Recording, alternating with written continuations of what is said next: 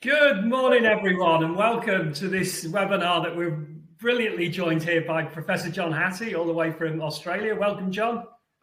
Good to see you again, folks. And thanks, everyone, for tuning in. Really appreciate that. It's an early warning one today in order to be able to get everything in. And what we're going to be looking at today is the learning survey and the results of the world's first really detailed learning survey. We've had 29,000 students complete it. And what does that mean for education and what does it mean for learning? So that's what we're going to be discussing today.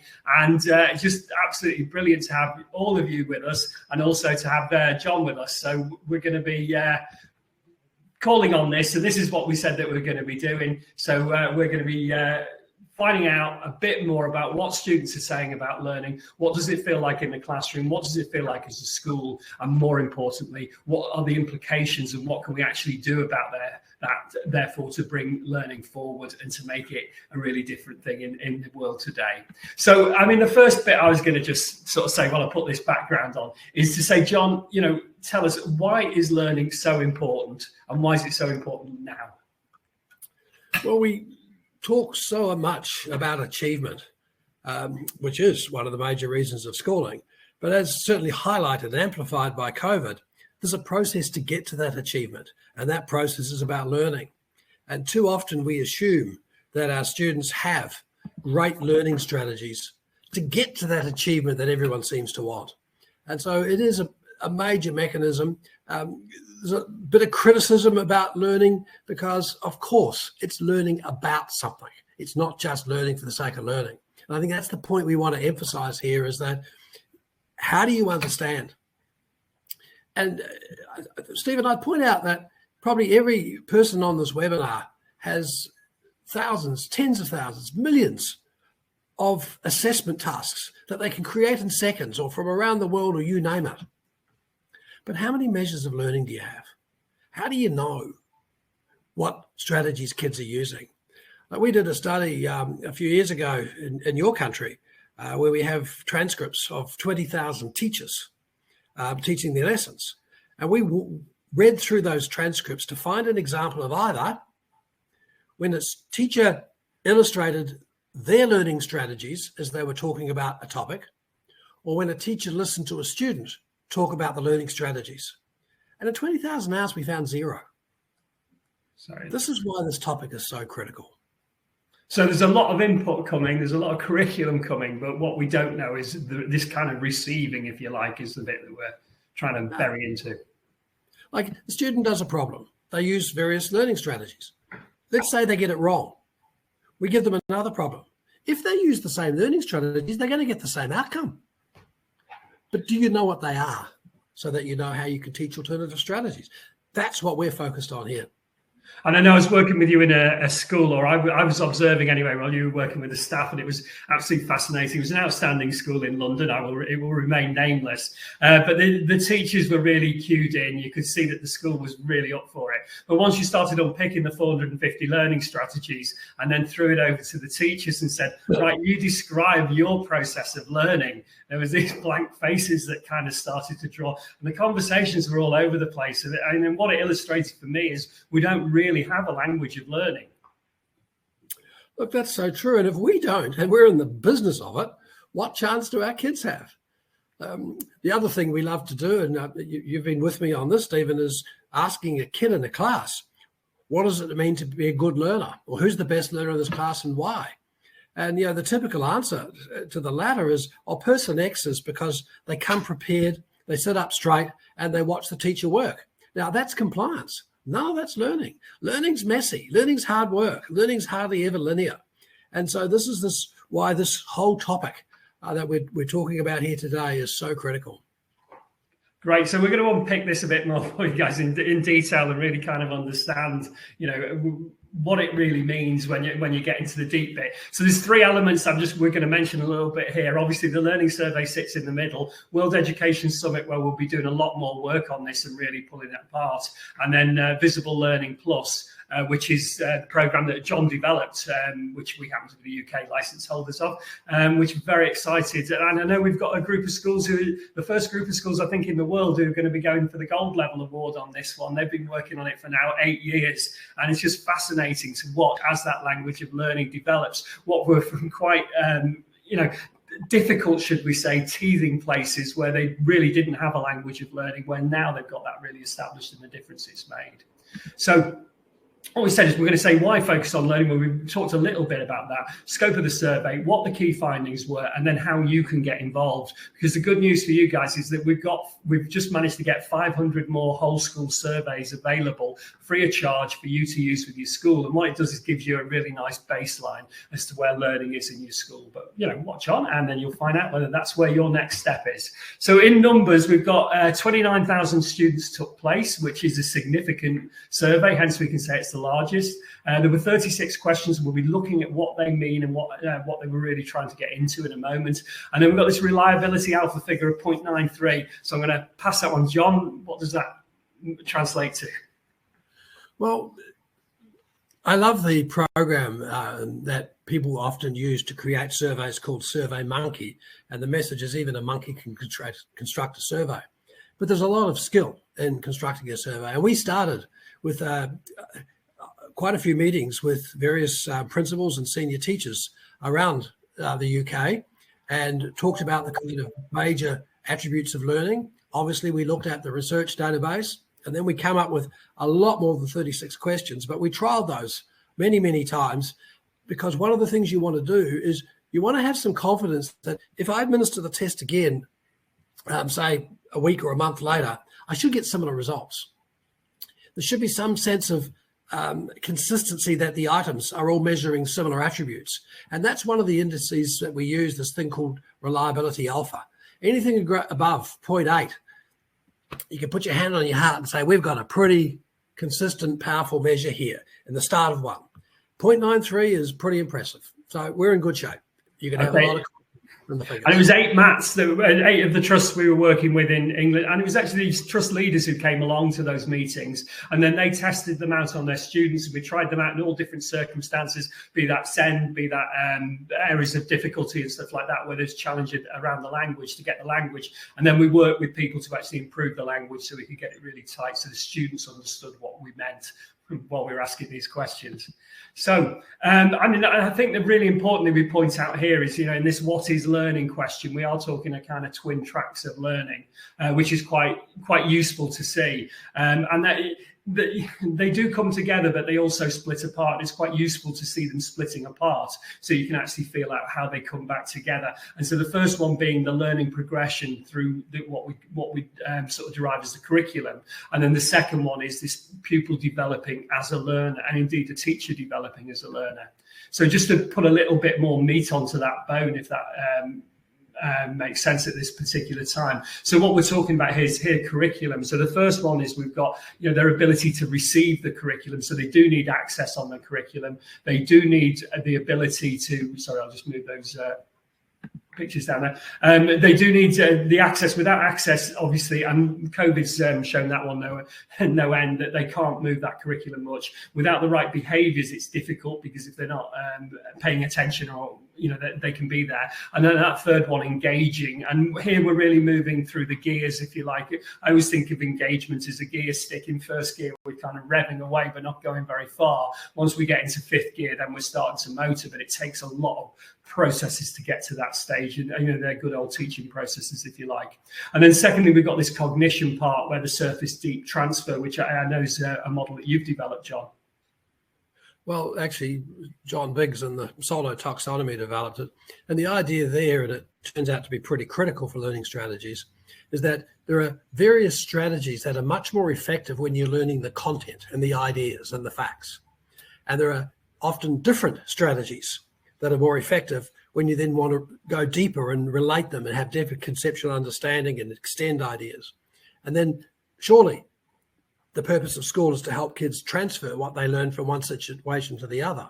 And there are different strategies for the transfer. So it's not possible to say that one or these group of strategies are effective in every circumstance, which is getting back to your dual track notion. It's getting the notion of what is the nature of the task that the students are doing? And it's really critical here, Stephen. What's the nature of the task that the student believes they're doing? We may believe we're doing deep work, but they're there thinking that it's all about knowing lots.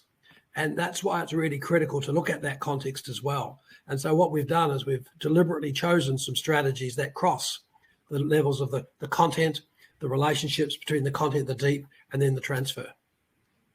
So that's the traditional one, but here, it's nice the Science of Learning book up there. But development as a learner, what does that really look like? And here, to me, there's two major things here, which I think are growing in the vernacular of education, but I don't think we kind of nailed them yet. I mean, the first one around metacognition, and there's probably more in here. Organisation, learning strategies. John, tell us a bit more about the learning strategies, because I think this is going to be a fascinating area for where education moves. Well, certainly the learning strategies and helping students and teaching them various learning strategies in the context of the content that you're doing. Students are incredibly aware of the expectations that we have of them. And sometimes when those expectations are quite low, that I'm a C student or a failing student, our job is to mess that up. Our job is to help kids exceed what they think their expectations are. The other one, goal orientation, is very much related to motivation. What's their purpose? Is it to pass tests, to look good in front of their friends because they have to be there? Or is it, as we often want to claim as teachers, so they have some mastery and some passion towards that subject? And so those are some of the metacognitive aspects of how kids structure how they go about learning. And then on the other side, we've got the kind of self-regulation one, which, I mean, it's a broad term and it's quite a complex relationship. And I think we're understanding this one a lot better. It was really interesting to have Dan Willingham on the World Education Summit last year. And he said, despite all his work on memory, self-regulation is by far the most important aspect of it, because if you don't want to remember it, and you're not able to self-regulate, it's going to become very difficult. I particularly like that kind of concept of academic buoyancy here. What happens when the going gets tough? Do I sink under a little bit, or have I got means and ways and strategies to grab hold of that will keep me ahead of this? Just a quick comment around setting, because it seems to be quite a common thing in England anyway, and they're really looked for. And I think it's in a lot of other systems. How does that affect kind of your ability to self-regulate your expectations, John, from the research? Well, you don't come to class, you don't come to school to learn that which you know. It's what you don't know. And many times we, and particularly kids, walk into a class and they don't know. So do they have the confidence to take on the challenge of working out what they don't know? Or do they try and hide it? Like many kids by age 8 have learned the game of schooling, and they've learned how to look like they're engaged, but nothing much is going on. They know the answer, but they hope the teacher doesn't pick them. And those are not very healthy strategies. On the other hand, many gifted adolescents, when they're forced to go into areas that they don't have expertise in, have such high anxiety and terror that they fall over. And it's no surprise that most gifted kids don't become gifted adults, because they have no buoyancy. And so how good are they? Do they see errors as opportunities to learn? Do they see failure as their best friend? Or are they scared by that? And I think it's fascinating, Stephen, if you look at some of Carol Dweck's work of 3-year-olds, by looking how parents react to kids when they fail, they don't complete a task or whatever, is probably one of the best predictors we have of their success. So this is a long built in. By the time you get them, many of those students don't have much buoyancy. They just want things to go smoothly. They'd rather do stuff they already know and get it right than challenge things they don't know. So it's a pretty important part of self-regulation. And there's a lovely place called Ghost in the Nursery, where they actually talk about this and unpick it a little bit and sort of say, look, this is a generational and an intergenerational thing as well. That which is not talked about comes back and haunts us as we go along. And as you said, I think, sort of by 6 or 7, 70% of the imprints made. And then that's kind of what we're battling against in many ways, or trying to open up. So it's going to be a huge area for discovery. And, there'll be a lot more of this, certainly in the World Education Summit. Can I just say, we're going to be covering an awful lot really fast. So if you've got any questions, just please put them into the chat board and we'll pick those ones up. Just say where you're from. It'd be lovely to connect with you. And we'll have some questions at the end, but do ask them as you're going along, and we'll try and pick these up a little bit more.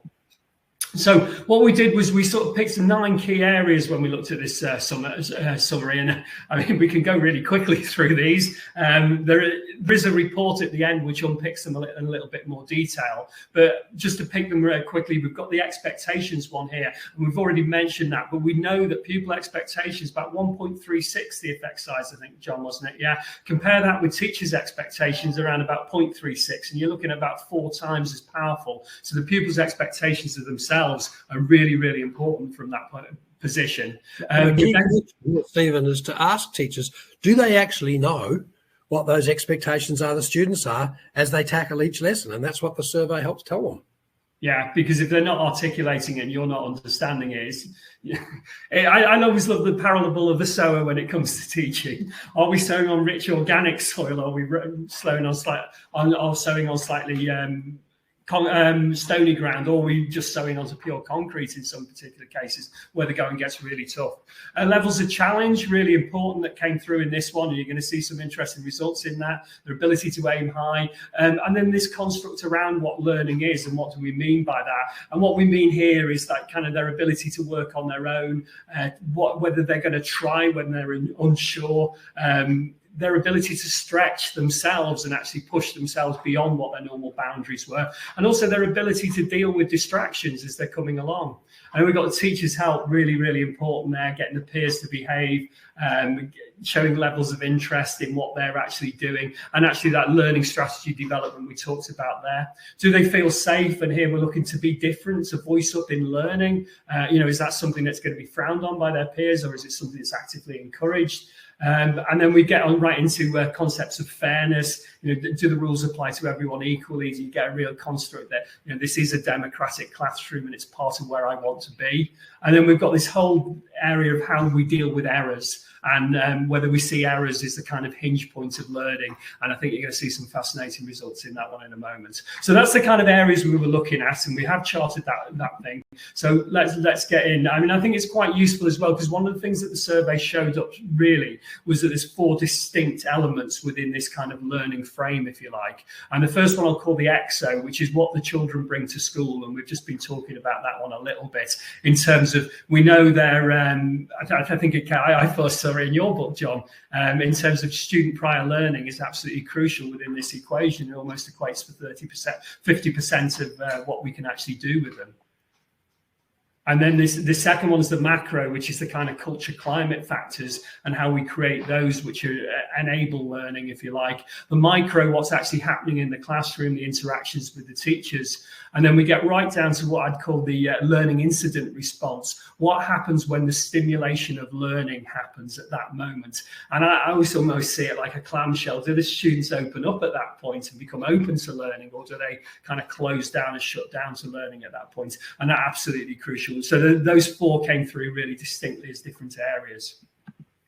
So the first one is we were able to conclude was that leadership of learning matters. And there's the kind of printout for you, if you like. And this one came through loud and clear. What was your thinking on this one, John, in terms of what we saw here? What I think we were getting here was that the top 25 schools were almost double that of the bottom 25 schools.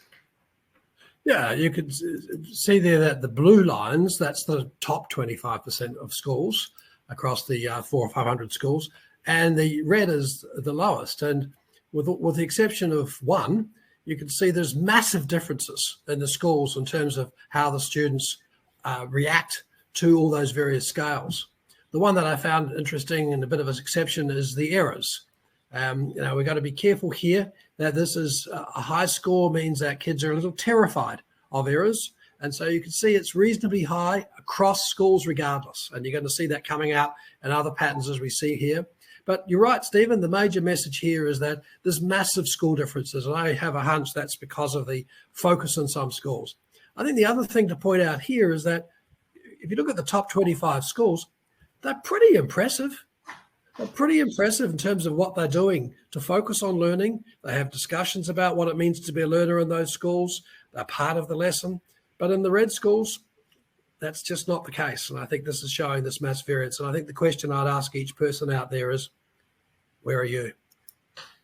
And that becomes a challenge of finding out where it was, because I think a lot of the schools who thought that they were high up perhaps hadn't got it. And it's this difference between rhetoric and what's the enactment in a place. Yes, exactly. Right, sorry, I'm just picking up on a few questions here, so it's really great to have. It's notable that so many students have switched off from education. Do you have any recommendations to turn this around? I personally feel like it's a vicious circle that pupils are switched off, the teachers burning out, and then trying to engage and enthuse pupils. And I guess this does come partly down to the leadership element. What can they do to actually help the culture and the climate within school now? Well, when I hear those kind of comments, Stephen, it takes me to those core notions of challenge and confidence, that the challenge has gone out of the game as a teacher. And same with the student. The challenge is either too hard or it's too easy, and they just have to do stuff. And so that's fundamentally boring. And so it's not challenging. And hitting that Goldilocks notion of challenge, not too hard, not too easy, not too boring, is the art of teaching. It's the same as a teacher, is what challenges us each day in terms of the desirable challenges that we want to have as we walk into our classroom. How do we get kids to turn onto our passion? And if we lose our passion, if we lose our sense of challenge, then yes.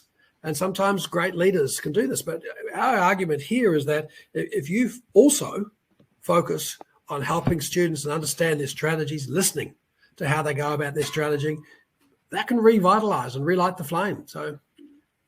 So as leaders, getting that culture and climate right, but it's just putting learning first, learning central, and then suddenly these things start to make sense. And I think that they're able to calibrate then much more in to what should be happening in terms of getting where each student is at, rather than it become a curriculum and a delivery of a curriculum. I think that's part of the other problem. We end up in this kind of medium of online. John and I were just discussing this before we came on air, how difficult it is to work in an online, because you just don't get the energy back. You don't get that kind of nuanced feedback that you get from body language when you're in delivery mode with masks on or whatever it is through here. So that's the first one. Second one then, so we're saying that, this one, it was very worrying, it must be said, John, that pupils make little progress throughout their time in the school. And there's the data showing there. And, just to put some more exacting points on, that you can see there, we've got the primary school age. We've got a little bit of an increase. The blue line is the primary school or elementary school age, and then the orange line was here. So if you're looking at those twin tracks, this was their progress as the learner. So I know you had some thoughts on this one, John, as to why it would be this way. Yeah, you mentioned self-regulation before, and that's a tough act. And there's kind of a double whammy here. Kids who don't have self-regulation, they start to drift behind, and sometimes those kids who struggle the most in the early years have even greater struggles with self-regulation. But as they get into their teenage years, it really, really does pay off. And I think this is what you're starting to see here, that as they go into the secondary school, they're more likely to ask teachers for help. They're more likely to aim high and be challenged. And I think this is why, and you made the comment before, Stephen, the generation gap. This is why in our primary, we need to be a lot more systematic at giving the kids the tools and not hoping they just get it by chance. Once again, errors stick out as a bit of a sore thumb there. That it doesn't matter if you're primary or secondary, kids still see errors as embarrassing. They still don't want to make errors. They don't see them as opportunities. But yes, there are some quite big differences there in the age profiles. So I remember many years ago, it wasn't that many years ago, when my children were still at school, my youngest one still is, you were saying that get them to give you ask them what feedback they got during the day in school.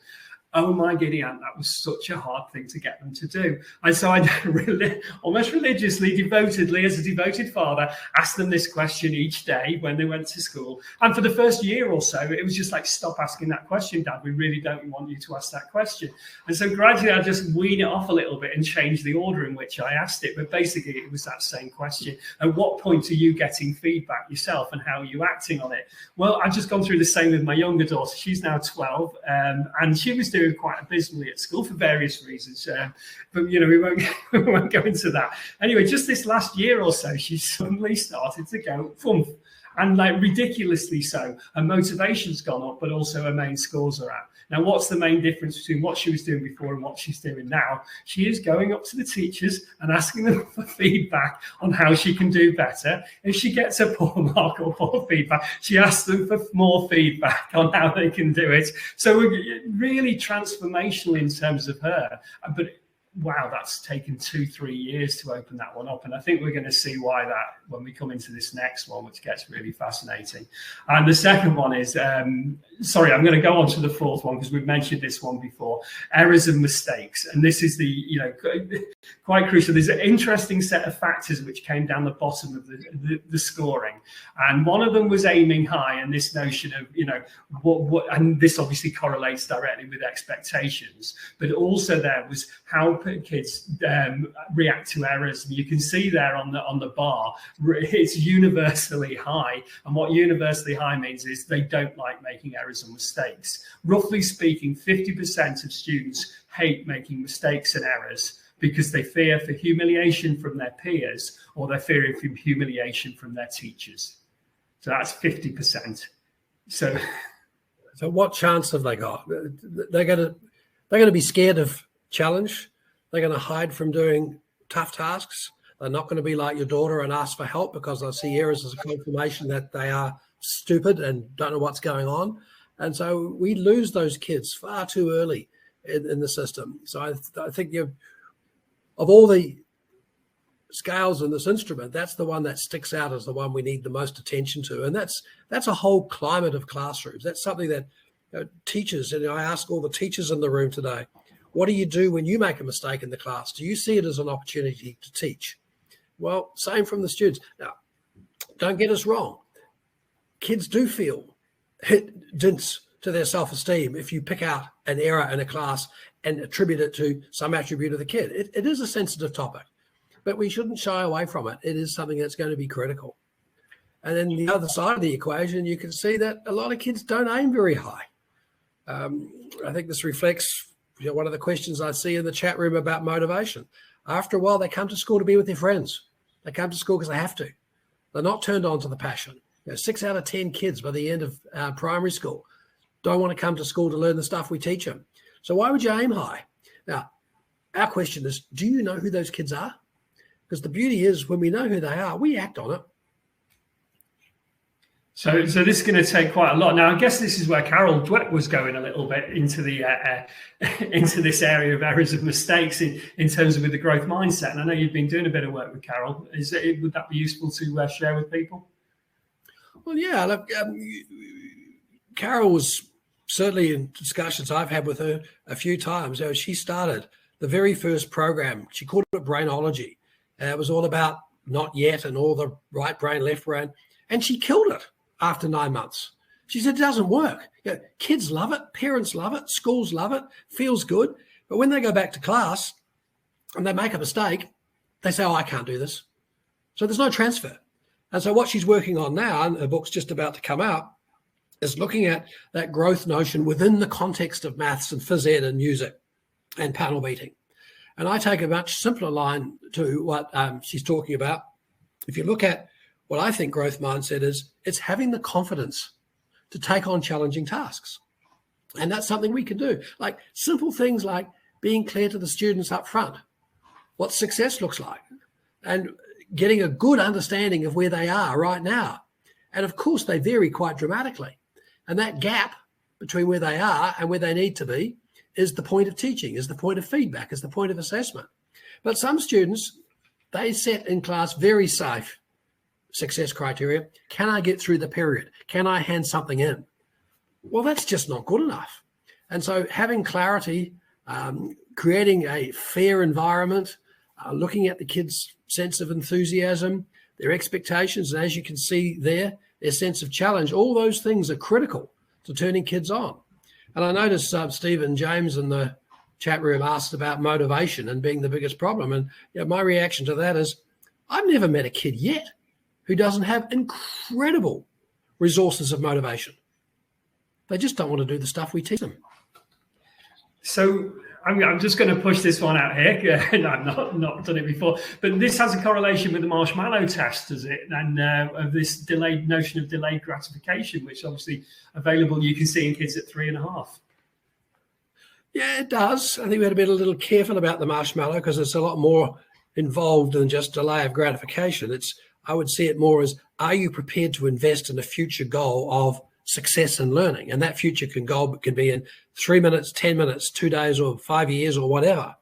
And so in that sense, absolutely, you're right. There is a relationship.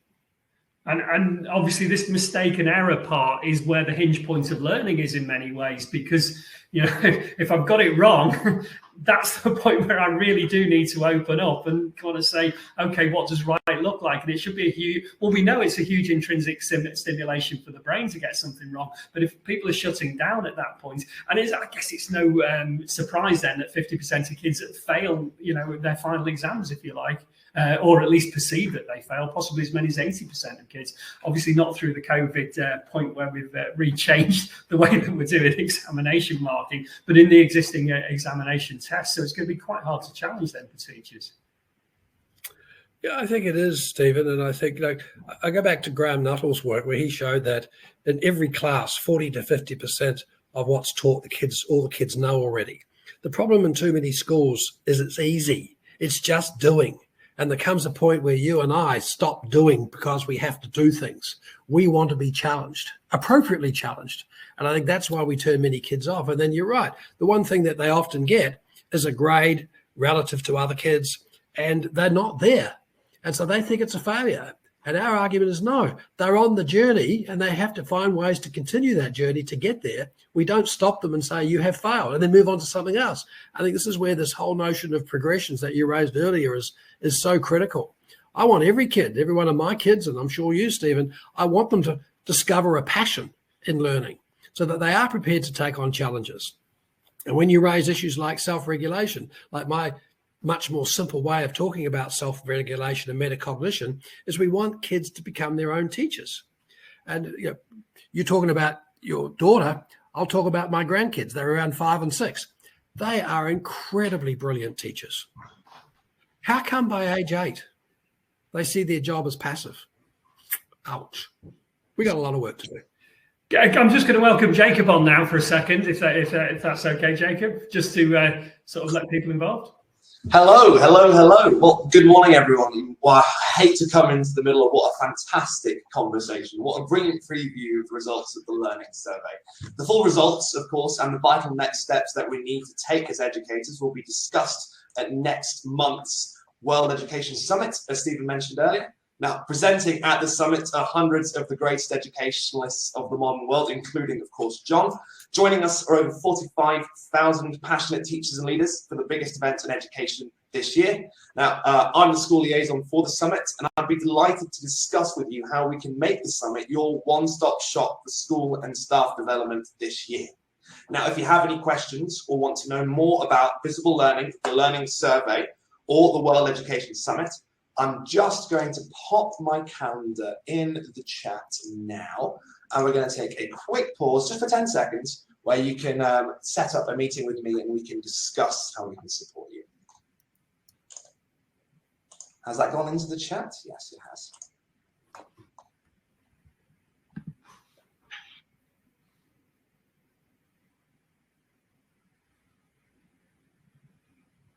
Wonderful. Thank you very much, everyone.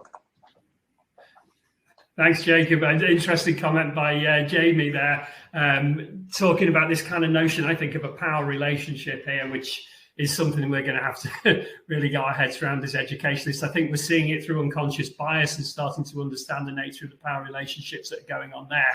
This whole power relationship in feedback between pupils and teachers, where it definitely at the moment, I know we've done it through the visible learning work in the UK. What we found was only 1 in 10 teachers is taking feedback from pupils. Okay, they're taking it informally through what they're seeing in the body language, but formally only 1 in 10 teachers is taking feedback from the pupils. So the power relationship becomes very much as a do-to relationship rather than a do-for. So it's going to be very difficult. Well, it's not very difficult to turn around. It's an openness to learning from the teachers that we're looking at. I'm just going to go back to the previous previous slide, because we didn't do that.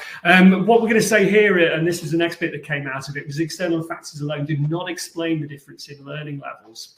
So what we're talking about here is inspection grades, size of schools, deprivation indicators, and development of learners.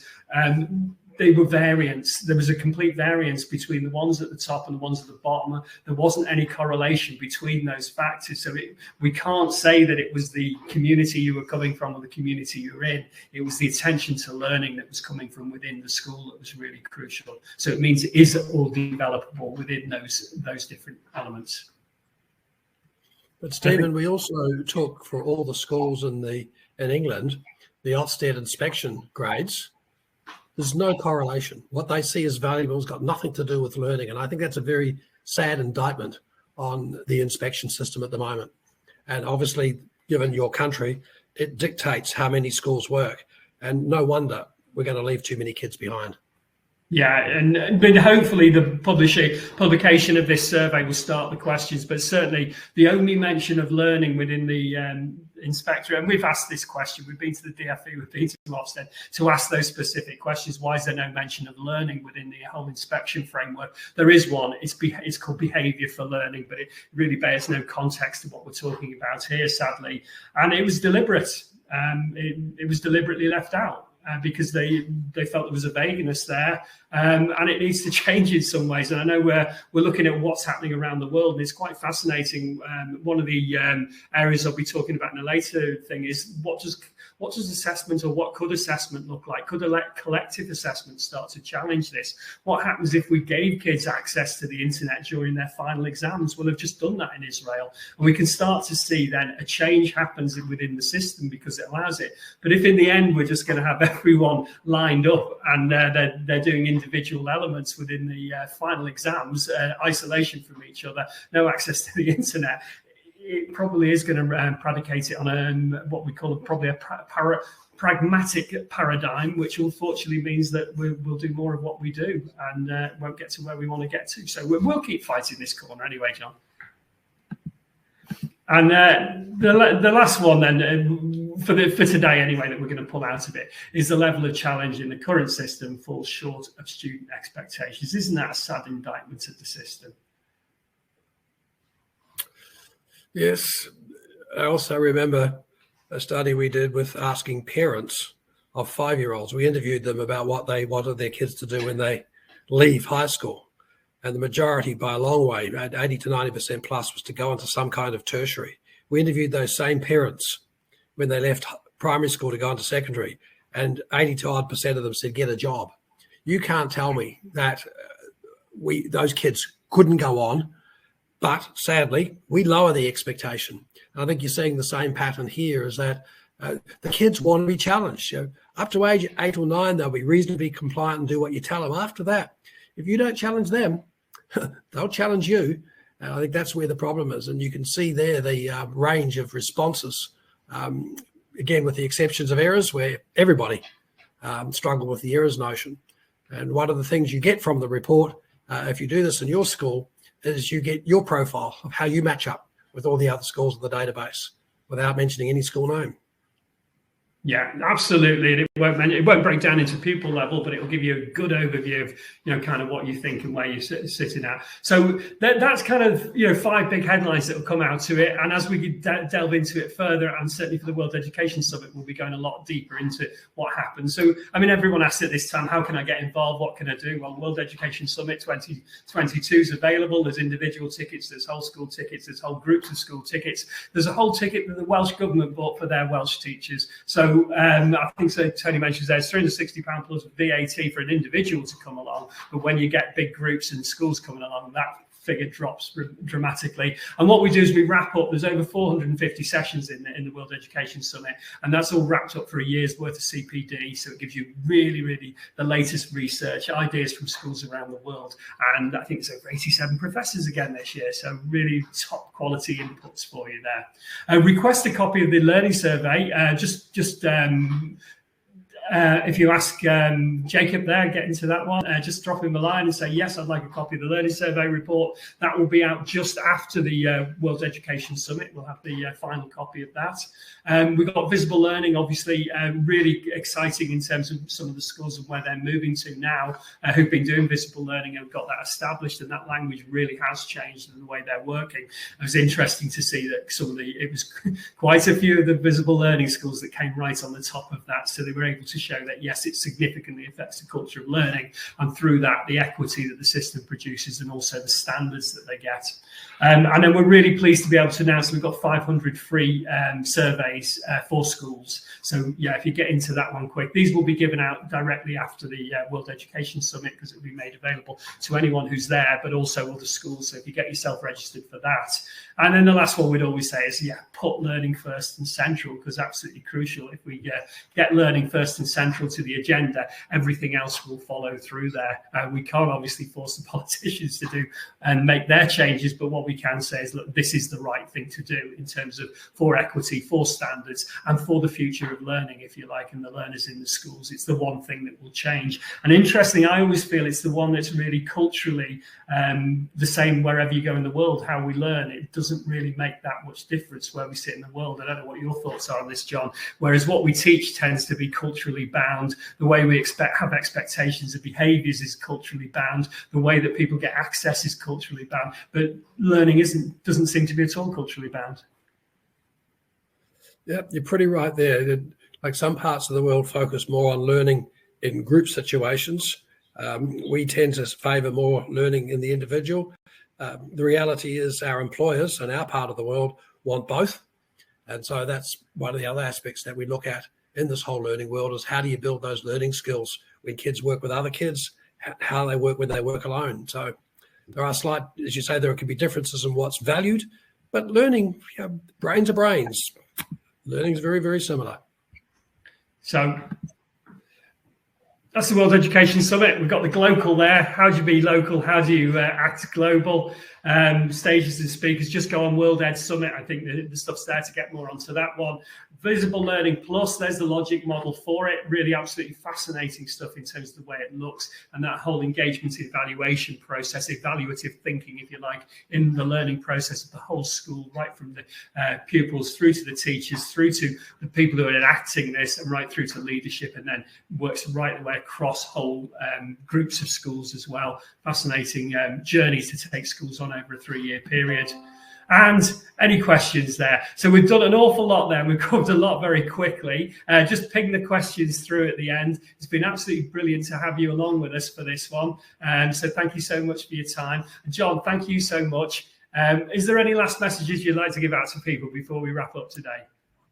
I'm looking forward to the world opening up again. Australia opened up this last week for the very first time in 2 years. I'm looking forward to the smell of an aeroplane, and I hope we can get there in the meantime. I'm looking forward very much to the World Education Summit last year. It was a stunning success. It kept me busy for a long time over many months afterwards, going through the various videos and seeing the various ones. The contrast and the difference was dramatic. So I'm a great fan of this. And so look, I also look forward to hearing your questions and comments, please. Okay, thanks, guys. Have a really great rest of half term if you're on half term. If you're not on half term, welcome back to the world of education. And we'll see you hopefully at the World Education Summit shortly. Thank you, John.